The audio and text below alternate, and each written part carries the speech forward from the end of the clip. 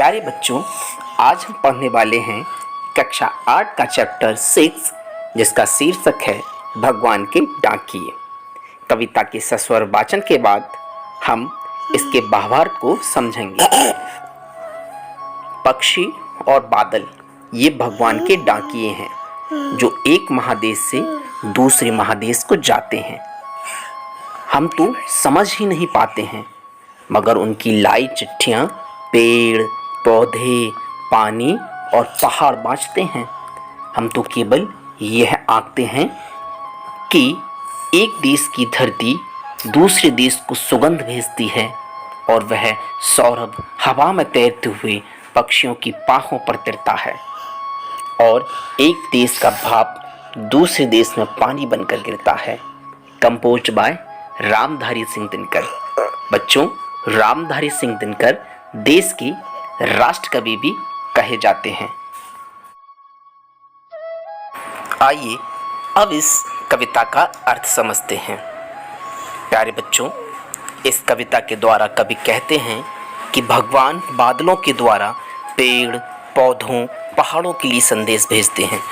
बादलों द्वारा बरसाया गया जल उनके लिए सुखद संदेश लाता है। कवि पूरे विश्व को एक मानते हैं क्योंकि प्रकृति ने दो देशों में फर्क नहीं समझा। वे कहते हैं कि एक देश से दूसरे देश को जाती हुई सुगंध को कोई नहीं बांध सकता।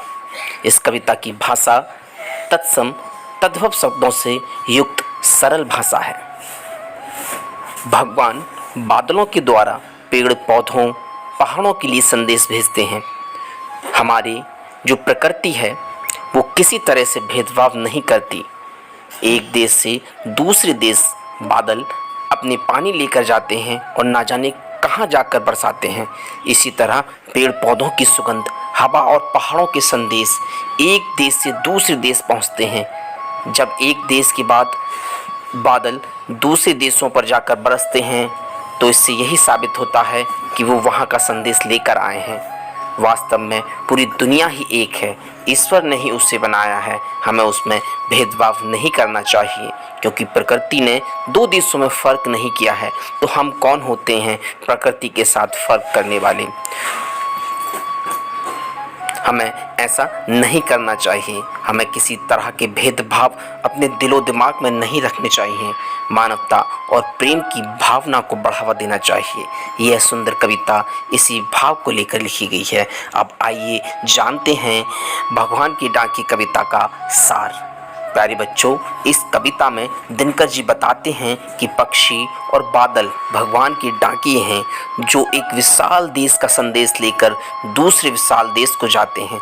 उनके द्वारा लाए गए पत्र हम नहीं समझ पाते, मगर पेड़, पौधे, जल और पहाड़ पढ़ लेते हैं। यहाँ कवि ने बादलों और हवा और पक्षियों को पंखों पर तैरते हुए दिखाया है। वे कहते हैं कि एक देश की सुगंधित हवा दूसरे देश के पक्षियों के पंखों द्वारा पहुंचती हैं।